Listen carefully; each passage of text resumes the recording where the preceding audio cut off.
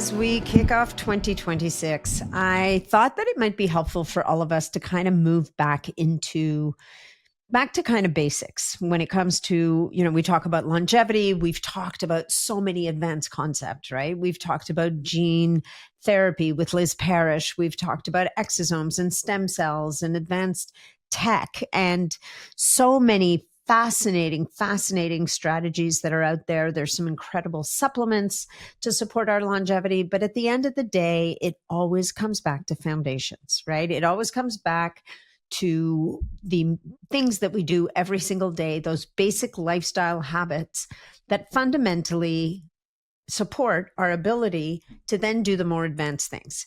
And one of the most foundational things of the foundations, so the foundation of the foundations of the foundation, I believe lives in our gut.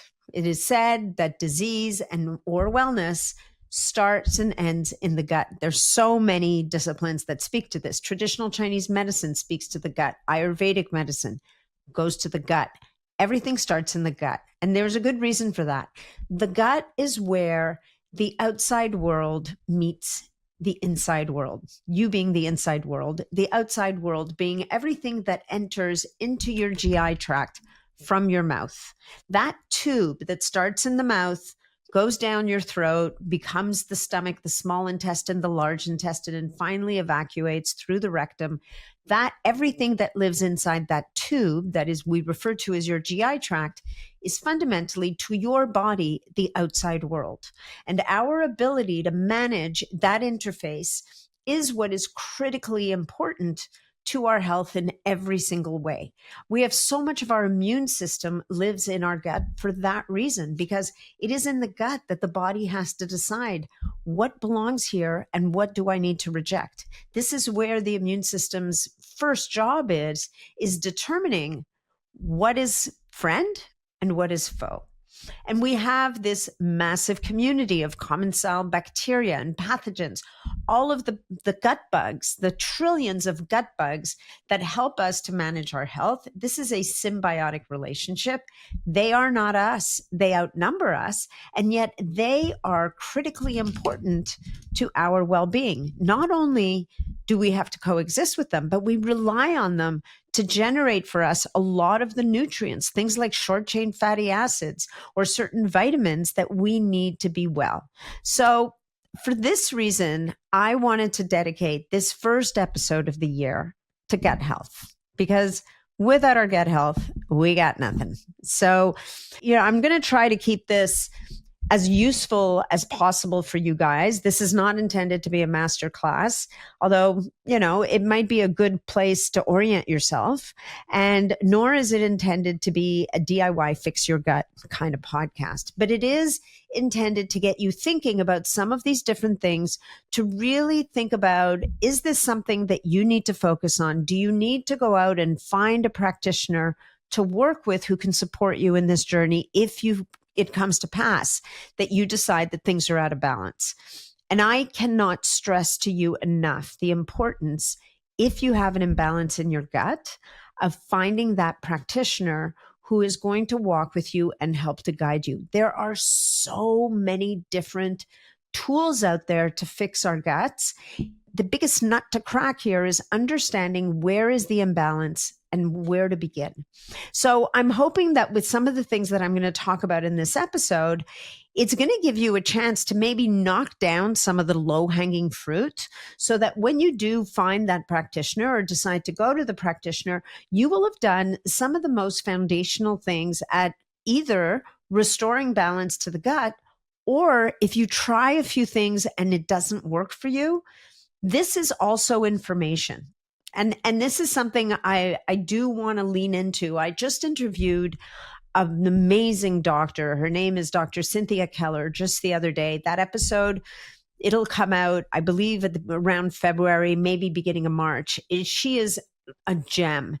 And one of the concepts that she kind of brought back to the forefront for me is that, when we try something and it doesn't work, the tendency is to get, to be disappointed and, it didn't work. But here's the thing. Everything that doesn't work becomes a piece of information.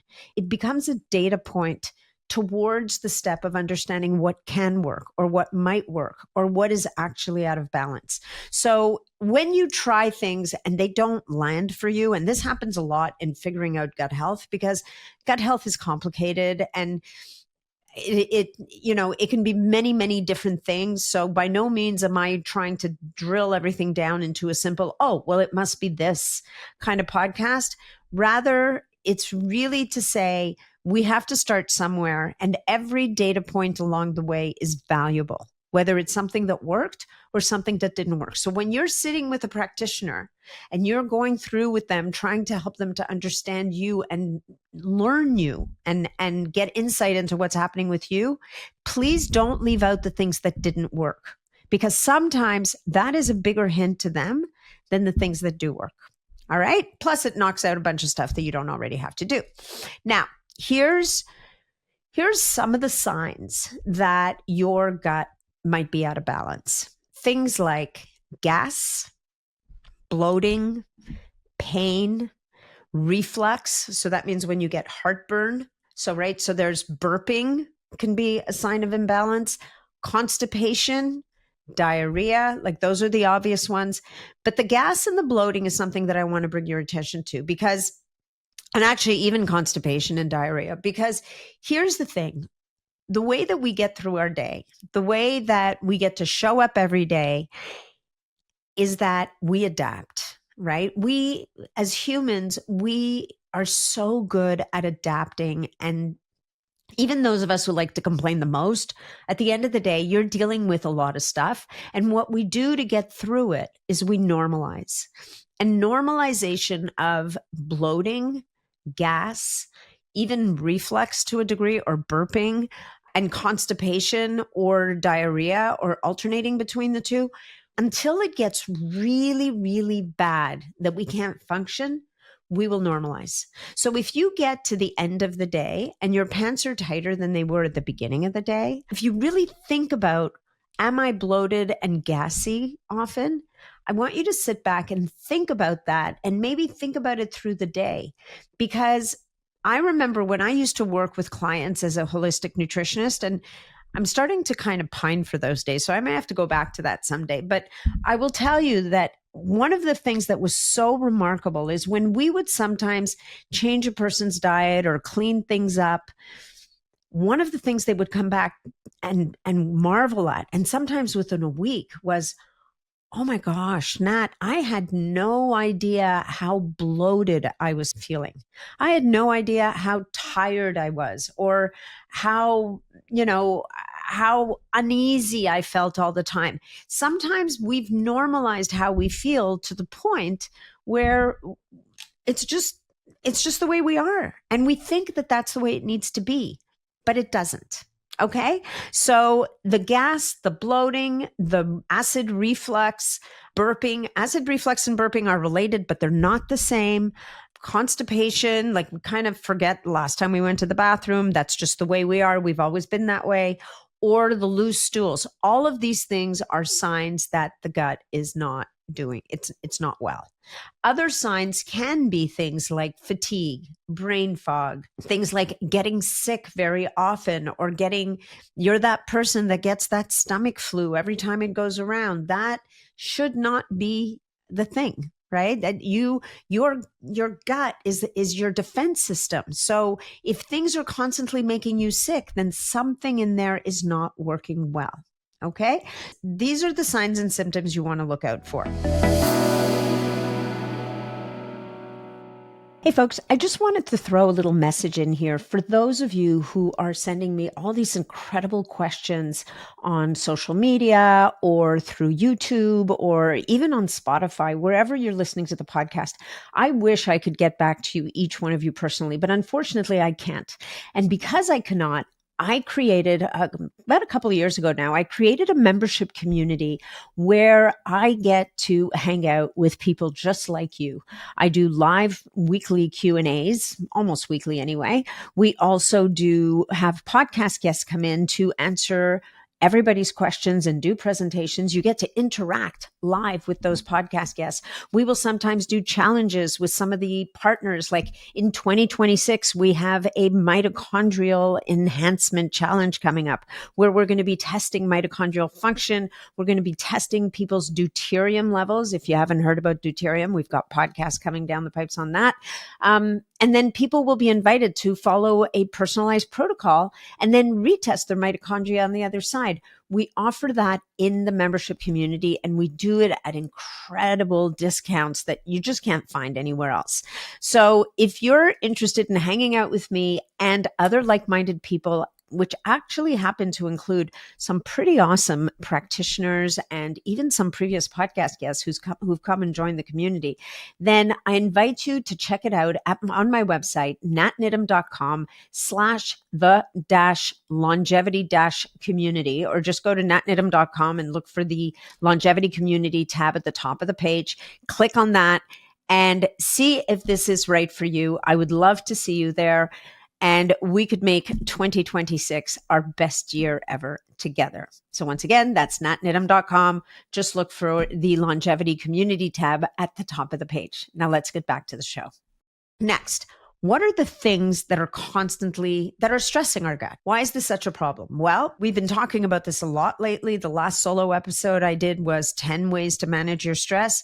Chronic stress is absolutely one of the things that absolutely will challenge your gut. And it will damage your gut because mechanistically, when you're chronically stressed, you shut down your digestion. We're going to talk about digestion in a minute. If you're not digesting your food properly, that in and of itself is damaging to the gut. That in and of itself is going to drive constipation, and it will drive damage to the gut lining. So chronic stress, plus it keeps your cortisol levels high all the time. Excessively high cortisol levels that are high too often is going to be bad, obviously, for your blood sugar. It's bad for your brain, but also that excess cortisol that is always high, that never comes down, is a catabolic steroid. It's a steroid that breaks things down. When you're stressed, you can't be digesting, you can't be building. So being in a chronic state of stress is ultimately a damaging thing for our gut health. In addition, poor food choices. Now, I'm not here to lecture you, but I will say, and we're coming off the holidays here, and many of us, we went into the holidays with really great eating habits, and then the things start coming into the house, or you're going to parties, whatever it is, we start to slide in our habits. That is another piece of the puzzle when it comes to poor gut health. Over-processed foods, excess sugar, fried foods that are just like packaged foods, all of these things, not only do they make us look bad because we end up gaining weight from them, but more importantly, they are damaging to the gut. So this is your reminder. If you haven't already done it, a lot of people will start January, will turn over a new leaf and start doing everything the right way again. But if you've allowed the holidays to kind of leach into January a little bit, or it's a slippery slope you haven't found your way back from, this is your reminder. This is the time to reset your nutrition and get back to your beautiful eating habits. And it doesn't have to be complicated, folks. It needs to be whole foods. It needs to be as clean as you can get them. If they're not perfect, that's okay. Don't make yourself crazy. I am a really big fan of a Mediterranean style diet. It'll be different for many people just because different people's different food tolerances or whatnot. But what we're doing is broad strokes, right? And then you may have particular circumstances that changes for you, but broad strokes for most people, we're going to be eating clean protein. We're going to be eating healthy fats. And healthy fats in my world means we're looking at things like polyphenol rich extra virgin olive oil.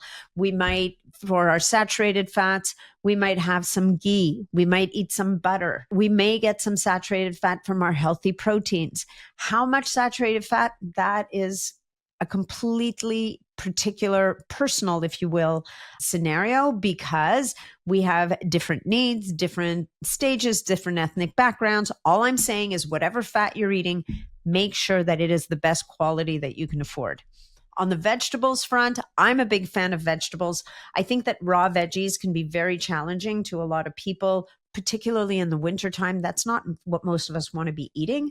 So vegetables, at the very least steamed, is going to be easier for people to digest, and it's going to preserve a lot of those nutrients and give you access to the polyphenols and the fibers and all the nutrients that we know our vegetables are good for.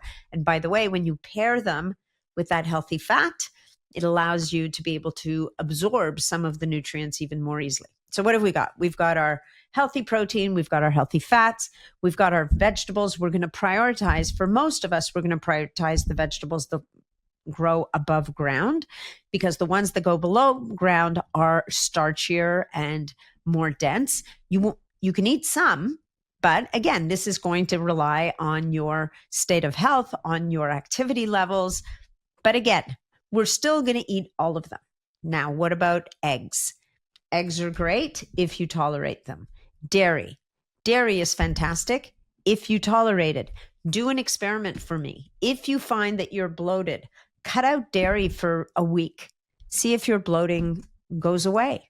I just did it the other day. And you know what? I stopped putting milk in my coffee, which I didn't used to put milk in my coffee. I knew that milk made me bloated. And then, I had a latte and I was like, oh my God, this is so good. And so then I had another one and another one. And I was like, oh yeah, I'm fine. I'm doing fine. And then the next thing you know, I'm walking around like a balloon and I'm like, what is going on? And it took me a little while to kind of say, oh, right. Yeah, I'm back at dairy. And I took away the milk. And guess what? The bloating went down. It was that simple. Can I tolerate yogurt? Yeah, a little bit of yogurt I can tolerate. Everybody's going to be a bit different. Okay, so I'm not making blanket statements here, but I am saying the most common offenders in those food choices, even healthy food choices, are going to be things like eggs, grains, wheat, dairy. These are the ones. And if you suffer from bloating and you have an addiction to eating raw cruciferous vegetables, things like broccoli and cauliflower, I'm telling you now, start cooking them. You will find that you will tolerate them better. Raw broccoli and cauliflower is really hard on the gut. They are good foods, but they're better when they're cooked. There's lots of other reasons for that, but I don't want to go down too many rabbit holes here. So better food choices. Also, processed meats. A lot of the negative research on meat for human health, if you look at the data, very often what these people are eating is a lot of processed meat. So this is salamis, cold cuts. And frankly, if you look at a lot of the recalls in the world, it has to do with processed meats. So stay away from them, at least while you're working on your gut health. What else? Toxin exposures. So cooking in things like I don't think anybody listening to this podcast ever does this, but if you still do this, please stop now. Reheating in plastic. Get rid of plastic containers wherever you can. Use glass. Glass is way cleaner. Yes, if you drop it, it will break. It's okay. Better that than doing anything with plastic. So keeping plastic away from your food, keeping tin foil away from your food. I am still amazed that people still wrap their food in tin foil to cook it. No, don't do it. The aluminum is really bad for your brain and it's really bad for your gut. So if you're going to use aluminum to cook something, line it with parchment paper. Okay? First parchment, then the aluminum. Your food goes on the parchment paper if you're even going to go there. Things like nutrient depletions are really bad for our gut as well. When we become deficient in zinc, for example. Zinc is a very important element for us to produce digestive enzymes. So nutrient depletion obviously is going to be a negative. It's going to be a factor. Lifestyle factors, like I said before, stress, things like exercising. Now, we need enough exercise to be healthy and to have a healthy gut. But those of you who are obsessed, those of you who are maybe training for a high rocks competition or a marathon, be careful. Overtraining will challenge your gut health badly and actually even your immune health. So overtraining is a massive issue. If you don't exercise at all, that is also a problem. So get out and go walking. But if you are one of those people that overtrains, know that there are consequences to the gut. Dehydration. We don't talk about dehydration nearly enough. Being dehydrated is a factor for gut health. It's a factor for your whole body, really. But one of the things that your body can't make when you're very dehydrated, and by the way, if you're also deficient in zinc, is digestive enzymes. And if you're not making digestive enzymes, you're not breaking down your food properly. And if you're not breaking down your food properly, it's just sitting in your stomach and it's fermenting and it's causing heartburn. And then your doctor gives you a PPI, which is a proton pump inhibitor, because he says, well, you have too much acidity. But sometimes it's because you don't have enough digestive enzymes. And if you don't have enough digestive enzymes and that food is sitting there and fermenting, and then you get a PPI and you're on that PPI forever, which I see a lot, there are consequences to that. Because what is the proton pump inhibitor doing? It is stopping your stomach from producing hydrochloric acid, which is what your body produces naturally to break down food. Well, guess what? If you're not producing hydrochloric acid, you can't process your minerals properly, things like calcium and magnesium. And now you're not absorbing them properly.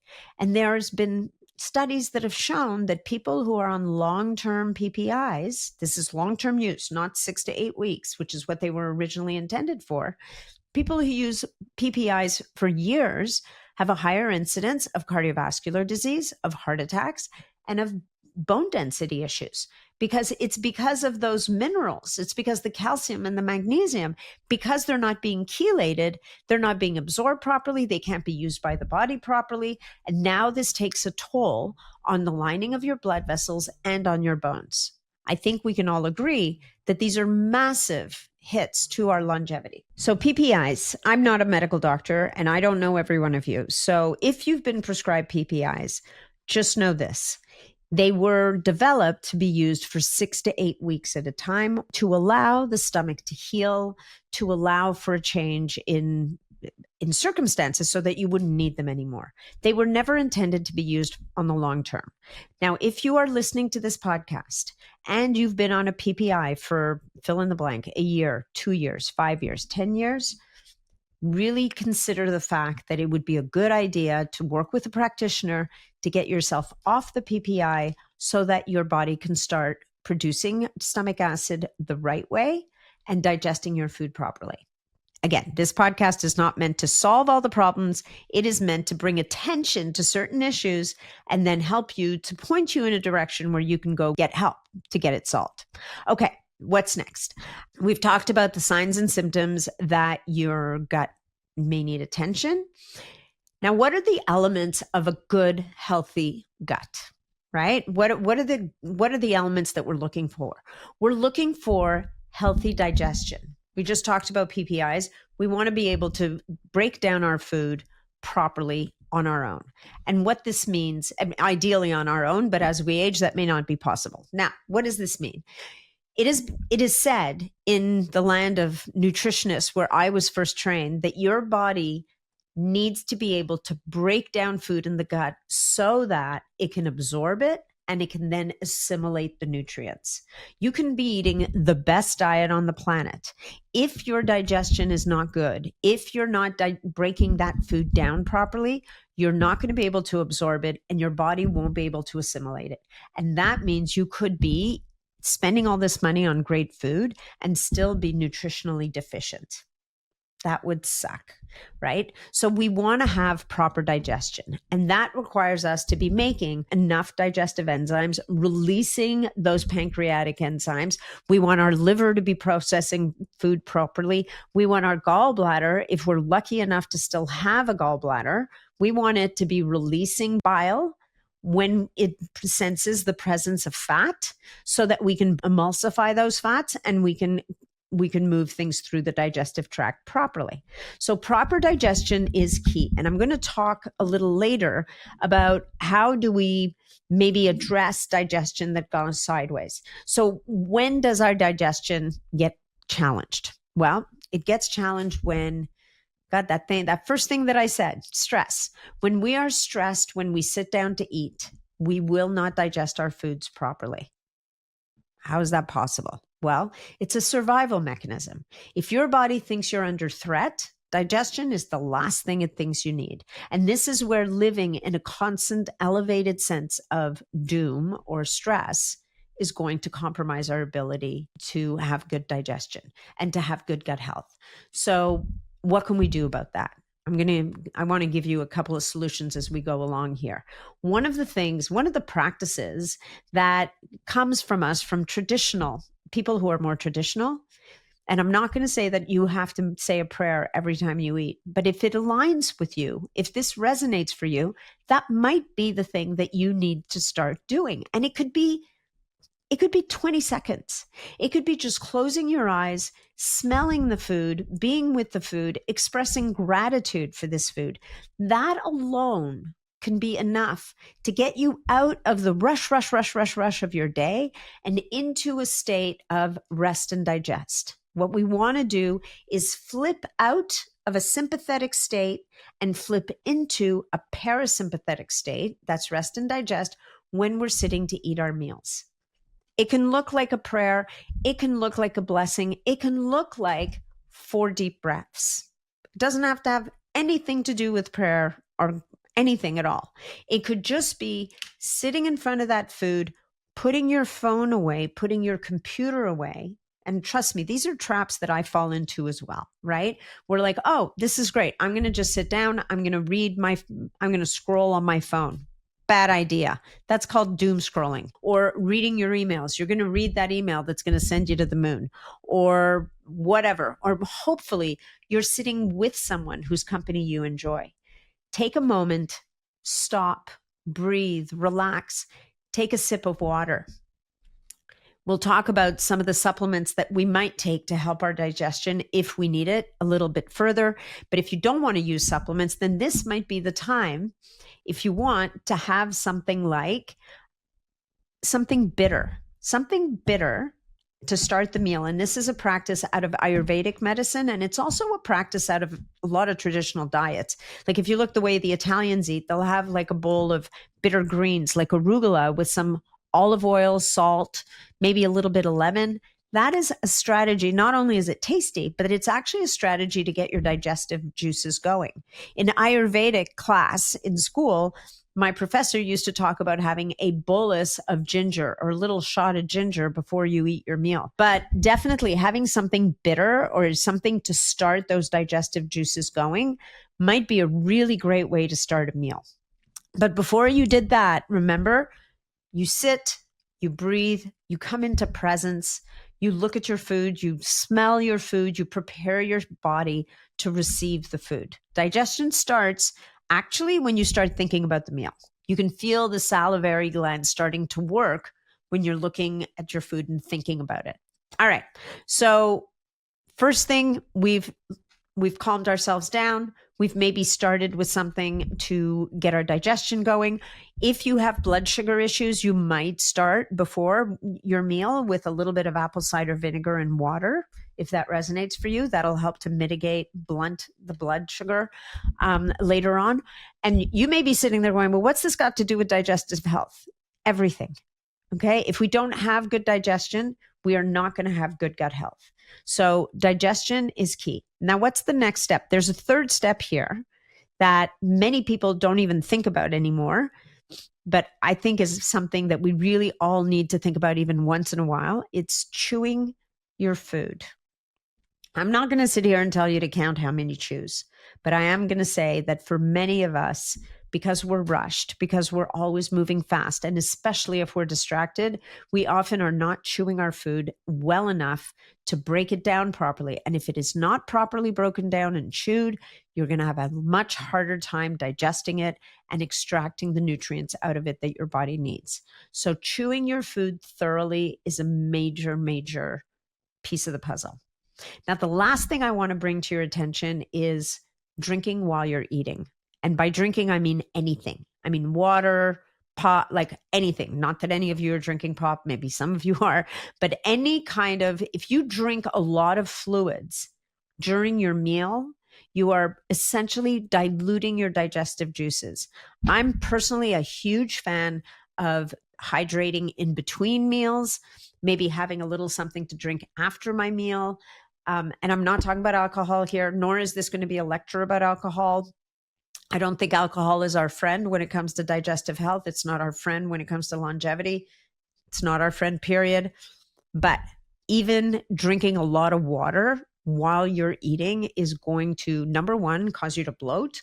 And number two, it's going to compromise your digestion, because all that water is doing is diluting the digestive juices that your stomach is producing, or maybe that you're taking as a supplement. So if you're a big drinker during the meal, cut it out. Avoid drinking a lot of fluid during your meal.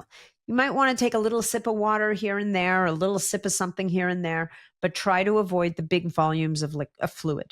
Okay. Now, what's another element of gut health? The integrity of your gut barrier. And this is what we're trying to protect here. You've probably heard that the gut lining is one cell thick. It's super thin. Now, the good news is that renews itself really fast all the time. Every 30 days, it's turned over. But the bad news is that it's also really easy to damage. And so damaging the gut barrier is one of the challenges of all of the things that we've talked about until now, right? Whether it's eating the wrong foods, chronic stress, not chewing our food, not digesting our food, all of these things can compromise and be a challenge to the integrity of the gut lining. And the integrity of that gut lining has everything to do with making sure that the right things get in and that the wrong things stay out. All right. So that's all I'm going to say on gut barrier integrity. We want to keep it solid. And all of the things that we're talking about is what is going to support that gut barrier integrity. Now, proper liver and gallbladder health. Proper liver and gallbladder health is integral to gut health. Why? Especially the gallbladder, because the gallbladder is who is responsible for releasing bile when it detects that we're having high fat. What if you don't have a gallbladder anymore? Sadly, the gallbladder is very often treated as a spare organ by a lot of medical professionals. I was very fortunate early in the game that I was sent to a gut surgeon, a GI surgeon, because I was discovered to have a large gallstone. And I didn't know anything at the time. If he would have told me that I needed to have my gallbladder out at that time, I might have agreed. The good news is I came across a guy who looked at me and said, you know what? There are millions of people out there that take their gallstones with them to their grave. I would wish to you that you are that person, or maybe that you figure out how to shrink it, which is a different story. But the good news is he advised me to keep my gallbladder and to just modify my diet. So I've done an episode on gallbladder health. I think it was last year. You may want to go check it out. But suffice to say, if you still have your gallbladder, you want to keep that gallbladder. If you no longer have a gallbladder, it sucks, but things can be managed, right? You may find that you don't really tolerate fatty meals. You may want to take ox bile as a supplement with fatty meals, which will help you to break down the fatty foods, and it'll kind of replace your own bile acids. So if you don't have a gallbladder, you're going to want to mitigate for that, but we want to make sure that we maintain, because they're all part of the team here, we want a healthy liver and a healthy gallbladder so that everything works towards better gut health. All right. What's another hallmark of a healthy gut? Microbial diversity. So this is your gut microbiome. Now, we are not going to solve all the problems of the gut microbiome here, but I will say this. If you've never had your microbiome tested and you have any kind of gut issues, take this as your invitation to find a practitioner and do a good gut microbiome test. There are some really good tests out there. One of my favorites is a company called Vitract. Now, Vitract doesn't sell direct to consumer, so you're going to need to find yourself a practitioner who does use Vitract and will use it to understand what is going on in your gut. But getting that view before you go willy-nilly buying probiotics and prebiotics and all the things is going to be a major piece of the puzzle for your gut health. And it will affect all of the pieces we've talked about. Having a healthy microbiome is going to affect our digestion. It's going to affect our ability to maintain a healthy gut barrier. So it is worth the investment in time and money to get that microbial diversity established and measured with a good gut test. So I mentioned Vitract because I think these guys, first of all, it's a very well-priced test, and it's very accurate. It's a fantastic view of the gut. There are others out there. There's the GI map. There's so many gut tests. So the first step is to find someone who you trust. There's a few really great practitioners out there. There's Grace Liu, who is the gut goddess. She literally is the gut goddess. She's amazing. I've interviewed a number of practitioners on this podcast. Any good functional medicine practitioner at this point is assessing gut microbial health as a part of taking care of the whole human. So maybe we'll do a whole episode on the gut microbiome, but I would say that whatever you do before you go buying a whole bunch of probiotics, even though I think there's some foundational ones out there that are pretty good, make sure that you get a gut microbiome test, especially if you know you've got some kind of imbalances. Some of the foundational probiotics on the market that you might want to think about trying out and see how you feel. There's a category of probiotics called spore biotics. There's a company called Just Thrive Health. Those guys make a great foundational probiotic that is a spore biotic that I think is worth anybody trying out. I also like it because they make it in a gummy form. And you guys know I love a good gummy and it tastes amazing. If you don't want a gummy, it's okay. They make it in capsules too. If that makes you feel more grown up, fine with me. I like the little gummy. It makes me happy. But they have a great foundational probiotic. The other one that's quite good that I think is also a good baseline probiotic, if you will, is Seed. Really, really solid formulation. But beyond those, I think when you start getting into the more sophisticated probiotics, and I just think that it's a really good idea to get a microbiome test to figure out what you are lacking in before you start throwing Akkermansia in there, right? Find out if you're low in Akkermansia. Do you need it? Here's the dirty little secret about Akkermansia that nobody likes to talk about. Too little Akkermansia, no good. It actually, gut microbiomes that have little to no Akkermansia are associated with microbiomes that cause people to become fat. Too much Akkermansia, nobody likes to talk about this. It munches away at the mucin layer. So there's a mucus layer on that gut lining of yours. And that mucus layer needs to be not too thick, not too thin, just right. Well, when we have the right amount of Akkermansia, it helps to maintain the appropriate mucin layer of our gut lining. If we have too much Akkermansia, well, now you have too many of these guys munching away at the mucin, and guess what? It can deplete the mucin. It in and of itself can damage the gut lining. So microbial diversity, very important. I'm going to talk about now, one of the ways to nurture microbial diversity is through our food and eating a variety of different foods, eating lots and lots of different vegetables. If you're going to eat some fruit, and fruit's great in small amounts, make sure to stick to those berries, maybe have some kiwis, eat apple peels. Apple peels are great for Akkermansia, by the way.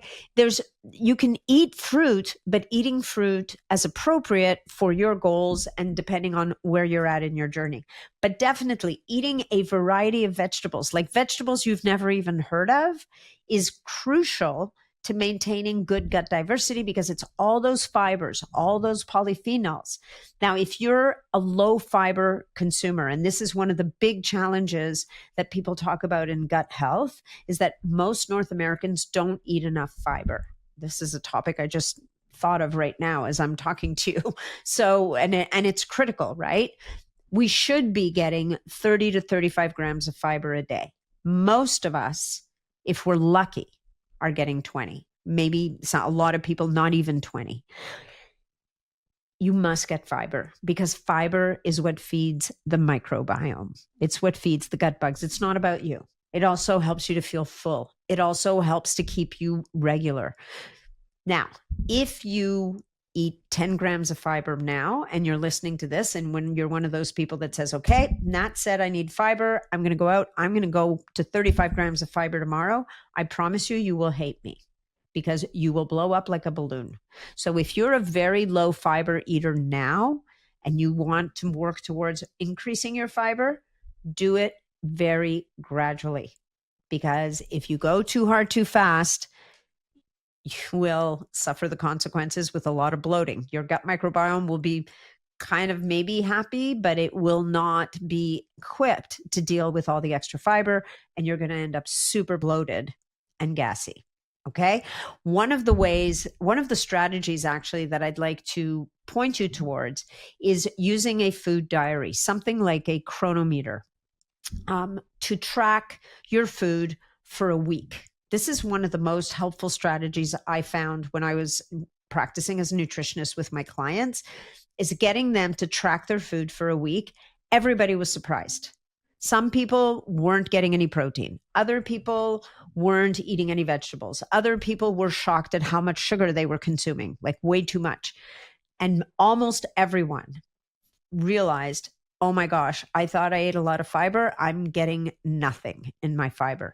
Using these food diaries, these food logs, is a really, really great way to get an idea of where you're at and giving you guidance on how to get to where you want to go. And you're going to say to me, yeah, well, when I eat takeout, it's like really hard. Eat less takeout. Eat simpler foods, eat whole foods, and it'll be a lot easier to log. One thing I haven't talked about yet, good gut motility. So this is how often you poop, is really the bottom line. We want to poop every day. Some people say we should be pooping 2 to 3 times a day. You know what? I'm a little moderate on that one. If you're pooping once a day, I think you're doing really, really well. Your poop should not take effort. It also should not fall out of your body like liquid.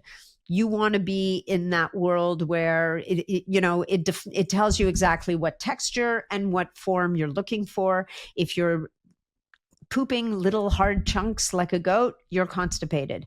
If you're pooping liquid, you have diarrhea. So check out where you are on that scale. That is going to be really great information for any practitioner that you're working with. Any good practitioner is going to ask you for this information. If there's food in your poop, if you can see food in your poop, that means you're not digesting your food properly. You may not be chewing it, and you're definitely not digesting it properly. So discernible food in the poop is definitely a sign of poor digestion and that you have work to do. Good gut motility is crucial. Interestingly enough, when people start taking digestive enzymes and using things like ox bile and tutica to support the liver and the gallbladder, we start to see better motility. When I used to get really constipated, if I started to support my gallbladder, my liver, and take digestive enzymes, within a day or two, my constipation was almost resolved. So definitely, if you're constipated, you want to think about these things as possible ways of addressing it, in addition to hydration and proper fiber and healthy fats and all the other things. Also, cutting dairy. Dairy can make people constipated. Okay, so let's review. The lifestyle habits that lead to good gut health is exercise, not too much, not too little. Sleep. Good sleep is going to be important for our gut health. And it's not that, first of all, when you sleep enough and you sleep well, there's time for your body to repair and restore itself, and your gut is part of that repair and restore project. Sleep deprivation is a killer for gut health. It's a killer for everything else. It's definitely a killer for gut health. So fixing your sleep, managing your stress, eating healthy foods, making sure that you're in a parasympathetic state when you're eating, being hydrated, but not during the meal. I know so many rules. I get it. I know, but it's not that complicated. Once you build the habits, it's easy. Hydration, really important. What you eat, how you eat, and when you eat. And of course, your state when you eat. Now, when you eat is important. That is one thing I haven't talked about yet. And that is respecting your circadian rhythm by meal timing. So for most people, and we're going to talk a little bit about intermittent fasting here, but for many people, intermittent fasting has become a very convenient way for them to manage their lives because it takes breakfast off the table. They don't have to think about eating until 12 o'clock in the afternoon. And it can work for a lot of people. But I will tell you that it's not going to be ideal every day for everybody. For most people, it's not going to be ideal, especially for women. We do better if we eat a good, solid protein meal first thing in the morning. Research shows that if we eat a good, solid protein meal first thing in the morning, we are less likely to overeat later in the day.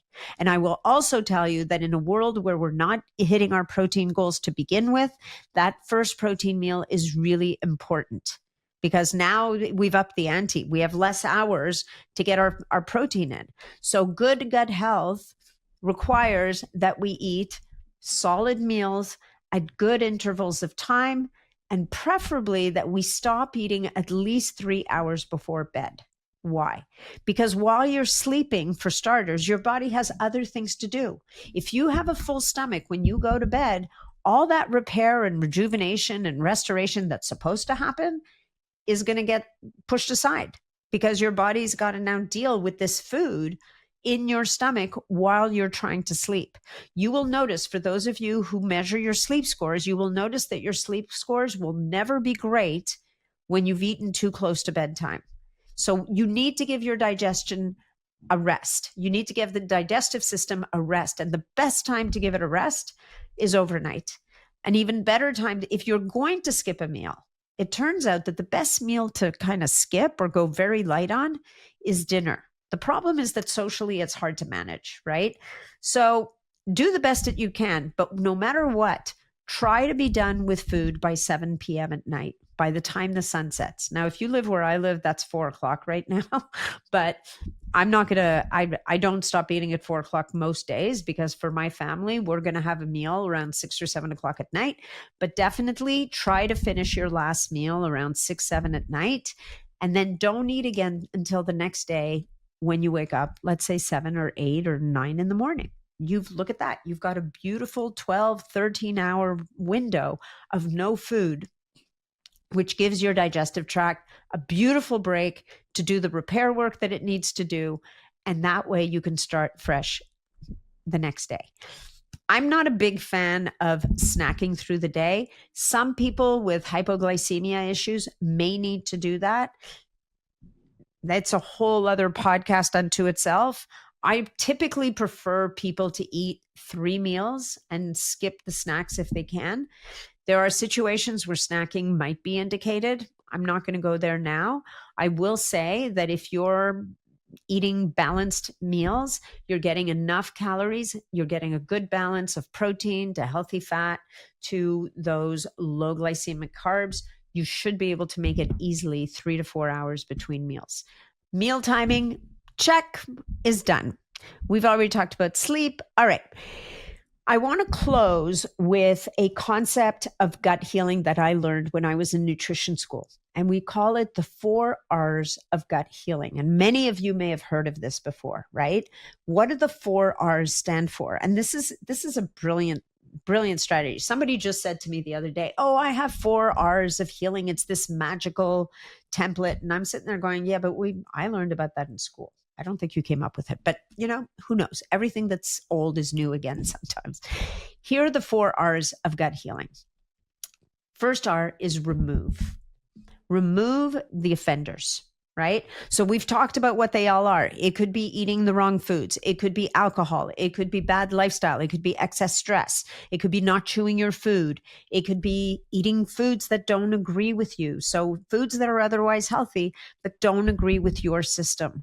Whatever that is, get it out of your diet. The obvious things that most nutritionists or dietitians or health practitioners will remove from a person's diet when they're not sure what's going on is the first thing we're going to go after is eggs, because eggs are very, very allergenic for a lot of people.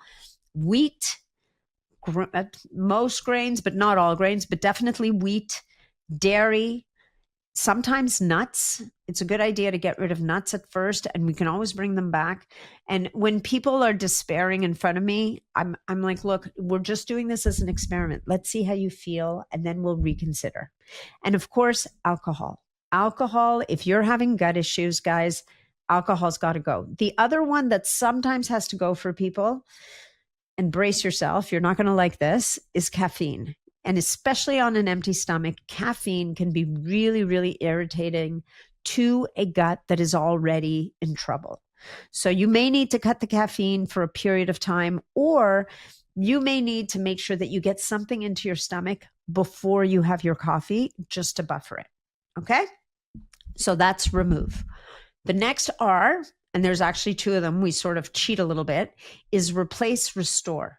So this is where we want to restore digestive capacity, for example. And so this is where we're, first of all, we're bringing in a nutrient dense anti-inflammatory diet. So I just talked about a lot of the things that we remove. We might also take out nightshades if inflammation's a problem.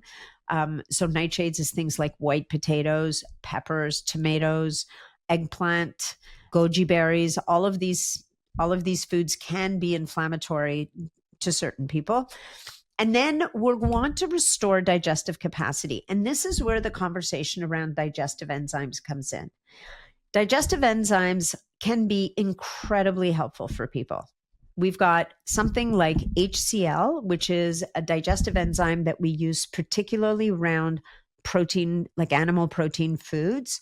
And then we have broad spectrum digestive enzymes. I really like Masszymes by Bioptimizers because it's a full spectrum digestive enzyme. I think it's really good. They have the HCl separate, and just those two products alone taken with your food can be really, really powerful at helping you to break down your food properly. That's the one brand that I use. I really like them. We'll put links and codes to stuff in the show notes. I'm not going to clutter the content here with it, but I really love their stuff. They actually also have, now that I mention it, I know that I mentioned Seed and Just Thrive probiotics earlier. Bioptimizers has a really great probiotic, maybe called Probiotic Breakthrough. It's a really interesting, very intelligently designed probiotic. It might be one of those ones that you might want to try. But I digress. The other way to support digestion, I may have mentioned it earlier, just is having bitters before the meal. That might be too much work for some people. So Just Thrive Health actually has a digestive bitters formula that is a pill. It's a one capsule. You pop it 20 minutes before your meal, and it'll stimulate your digestive system to get going and prepare to receive the food. So those are some products that can be really helpful. And that's what we're doing in the replace and restore kind of stage of gut healing. Next, re-inoculate and replenish. Now, this is where the probiotics, prebiotics, fibers, all that stuff comes in. But I'm going to say this again. Yes, there are a couple of foundational probiotics that you can try out. But if you're really having digestive issues, you want to get tested. You want to get that microbiome tested so that when you're replenishing, you are doing it, especially with probiotics, you're doing it with the right stuff. Now, other things you can re-inoculate and replenish with are fermented foods if you tolerate them. So things like good quality yogurt or kefir. Now that's dairy. You can get yogurt that's made with coconut milk. Goat's milk can be much easier to tolerate for a lot of people. Of course, stay away from the sweetened stuff. Go for the really high quality yogurts that are unsweetened, that come from grass-fed cows. Be selective. Things like sauerkraut, the kind that comes out of the fridge, not the kind off a shelf. Kimchi can be great. There's some really nice traditional foods that have natural probiotic in them that can be really, really healthy.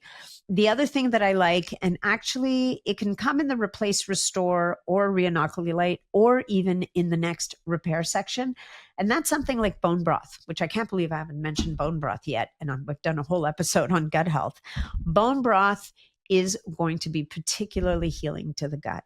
It's got all the nutrients, all the delicious nutrients that you need to heal that gut lining, especially if you're using gelatinous bones in there. And I like to sometimes I'll put in some turmeric root and ginger root in my bone broth while it's cooking. It gives it great flavor, and it also gives us some really nice nutrients, and it's really great for calming down the gut, right? Because ginger and turmeric are anti-inflammatory. So this brings us to the last stage, which is repairing the gut. And this is where we're going to use things like L-glutamine, zinc, omega-3. We want to make sure our vitamin D3 is up. aloe vera juice can be very, very, this is the aloe vera, the gel, not the leaf. Leaf is bad. The actual gel from aloe vera can be very soothing to an irritated gut. If you get heartburn, deglycerized licorice lozenges can be really helpful. Things like demulcent herbs, like marshmallow root, so marshmallow root tea, can be really smoothing to irritated tissues from that reflux. And then we can get into the more advanced stuff. So things like peptides, there are some really great gut healing formulas out there. My favorite, you guys have probably heard me talk about it before, Ultimate GI Repair by Level Up Health. Yes, it's a bit of an investment, but it has everything that you need in it. So it is a very powerful tool. You could just do 30 days of that. And probably if you've done all the other things we've talked about, if things are not too bad, it can be a really powerful tool to helping to heal the gut. And if you don't want to use peptides, because, peptides are still a new frontier for a lot of people, Bioptimizers also has another product that is a powder that is fantastic.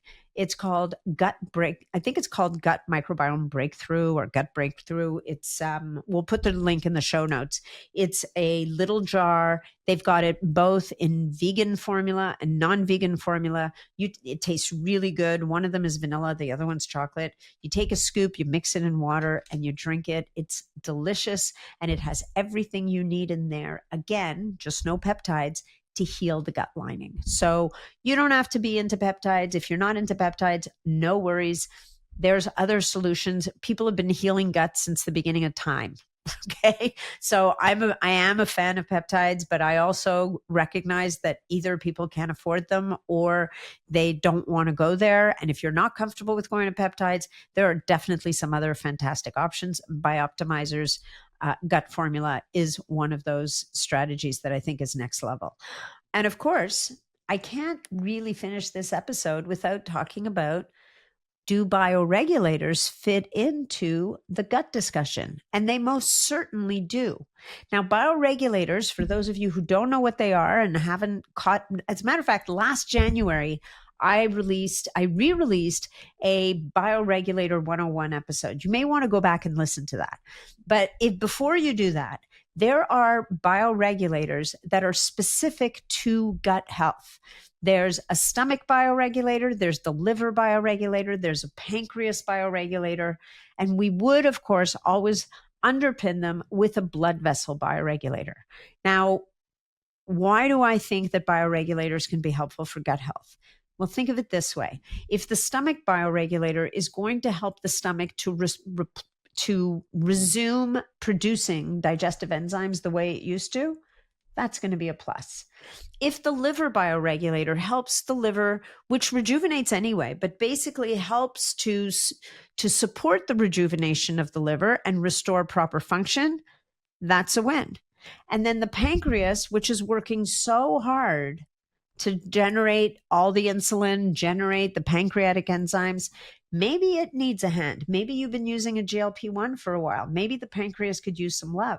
So supporting the pancreas, the liver, and the stomach, doing a 30-day run of those 3 bioregulators I think, is an incredible strategy. And I would do that once a year, twice a year, even 3 times a year for 30 days, just 2 capsules a day of each one for 30 days, every few months, I think is a beautiful way to support gut health.